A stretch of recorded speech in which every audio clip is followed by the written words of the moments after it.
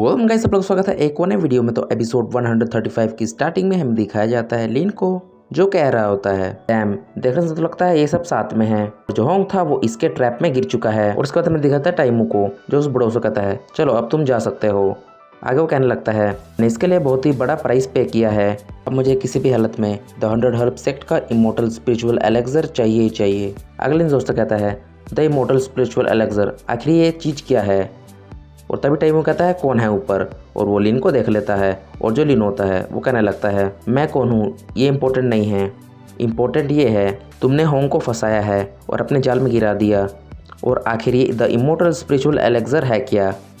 और टाइमू लिन की तरफ अटैक करता है और कहता है अगर तुम जानना चाहते हो तो सिर्फ मरा हुआ ही मेरे सीक्रेट के बारे में जान सकता है।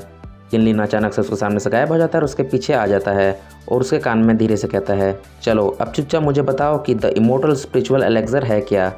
उसके बाद सीन शिफ्ट होता है, हमें दिखाया जाता है दो बच्चों को, और उनमें से शायद से ये लड़की है, वो अपने भाई को कह रही होती है ब्रदर हुआन हम मरने वाले हैं ना।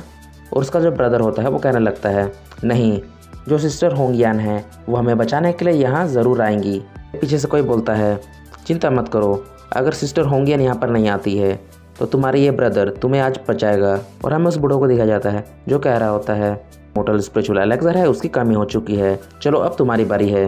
और उसके बाद शिवरात्रि हमें दिखाया जाता है लिन को, जो उस बंदे से सब कुछ उगलवा लेता है। आगे वो कहने लगता है जो 100 हर्ब सेक्ट है उसने रिसेंटली एक मिस्टीरियस एलेक्सर को बनाया है जिसका नाम है इमोर्टल स्पिरिचुअल एलेक्सर। आगे वो सोचता है, उसके बाद लिन सोचता है वो एलेक्सर हेल्प कर सकता है किसी भी फाउंडेशन एस्टेब्लिशमेंट स्टेज वाले कल्टीवेटर को, जिससे वो अपने ओरस कोर स्टेज में ब्रेक थ्रू कर सके, और वो किसी भी ओरस कोर स्टेज के बंदे का पावर भी बढ़ा सकता है। आगे वो सोचने लगता है अगर 100 हर्ब सेट के पास ये एलेक्सर है तो वो इससे बहुत ज़्यादा ओरस कोर स्टेज के कल्टीवेटर बनाने की कोशिश करेंगे, लेकिन इससे कोई फ़र्क नहीं पड़ता है। जो नैंसन सोल स्टेज के कल्टीवेटर है उनके लिए ये कोई बड़ी बात नहीं है।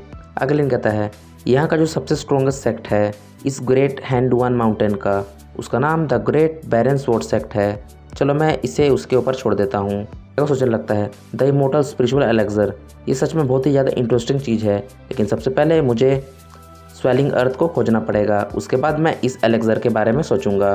और वो टाइमू को वहीं बांध के चल जाता है। उसके बाद वो माउंट चैनचून के ऊपर एक केव के पास उतर जाता है। आगे लिन कहने लगता है चैन गैंग ने कहा था द स्वेलिंग अर्थ इस केव के अंदर में है। और जैसे लिन उस केव के अंदर पहुंचता है वो कहने लगता है मैंने पूरा गुफा को छान लिया है, लेकिन मुझे सिर्फ इतना छोटा सा ही टुकड़ा मिला स्वेलिंग अर्थ का। उसके बाद लिन चैन गैंग को बाहर निकाल के कहता है यहाँ पर क्या हुआ था, मुझे यहाँ तक याद है तुमने कहा था जो स्वेलिंग अर्थ है तुमने बस उसका एक छोटा सा ही टुकड़ा लिया था। और जो चैंग गैंग होता है वो कहने लगता है हाँ मैंने बस यहाँ पर एक छोटा सा ही टुकड़ा लिया था, मुझे लगता है किसी ने इस जगह को खोज लिया है और उसने यहाँ से स्वेलिंग अर्थ का क्रिस्टल चोरी कर लिया है। और तभी लिन देखता है पीछे से दो लोग आ रहे होते हैं और वो दोनों लोग कहते हैं अंदर कौन है। और लिन चैंग गैंग को अपने ब्लैक कलर फ्लैग में वापस रख लेता है। और जैसे लिन उन दो बंदों को देखता है वो कहने लगता है तो 100 हर्ब सेक्ट के कल्टीवेटर है। उसके बाद लिन कहने लगता है उन दोनों से मैंने सुना था यहाँ पर एक अलग ही प्रकार की मिट्टी है जिसे कहा जाता है स्वेलिंग अर्थ, जिसके पास रीजनरेशन की एबिलिटी है और वो कभी भी ख़त्म नहीं होता है, इसलिए मैं बस यहाँ देखने के लिए आ गया, लेकिन यहाँ आकर मैं देख रहा हूँ कि यहाँ पर कुछ भी नहीं है। और जो 100 हर्ब सेक्ट के कल्टीवेटर होता है वो कहते हैं फेलोटाविस्ट, हमें लगता है आप भी यहाँ पर द स्वेलिंग अर्थ के लिए आए हैं। और जो लिन होता है वो कहता है नहीं नहीं, बस मैं यहाँ घूमने ही आया था, मैं वाटर टाइप की टाउ टेक्निक्स का यूज़ करता हूँ और जो अर्थ है वो वाटर को कभी हरा नहीं सकता, तो ये मेरे लिए कोई बड़ी बात नहीं है। और वो अपने पास से वाटर अटैक निकाल के दिखाता है और कहता है देखो मेरे पास वाटर टेक्निक है। और जो 100 हर्ब सेक्ट का कल्टीवेटर है वो लिन से कहने लगता है फेलोटाविस्ट, आप यहाँ बहुत ही गलत समय पे आए हैं, यहाँ का जितना भी स्वेलिंग अर्थ है वो हमारे 100 हर्ब सेक्ट के प्रोजेनिटर ले गए हैं। और लिन जैसे सुनता है क्या प्रोजेनिटर ले गए हैं, ये 100 हर्ब सेक्ट के प्रोजेनिटर फिर से, मुझे लगता है कि मुझे कोई और रास्ता खोजना पड़ेगा। अगले कहने लगता है ये कितनी बुरी बात है, अगले कहने लगता है ये कितनी बुरी बात है, जो स्वेलिंग अर्थ था मैं उसके बारे में और जानना चाहता था।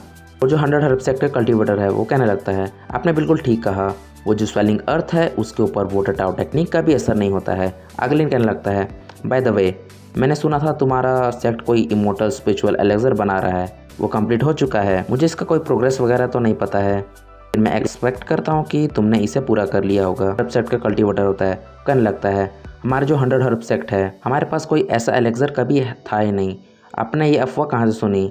और जो लिन होता है वो कहने लगता है मुझे लगता है कि इसमें मेरी ही गलती है।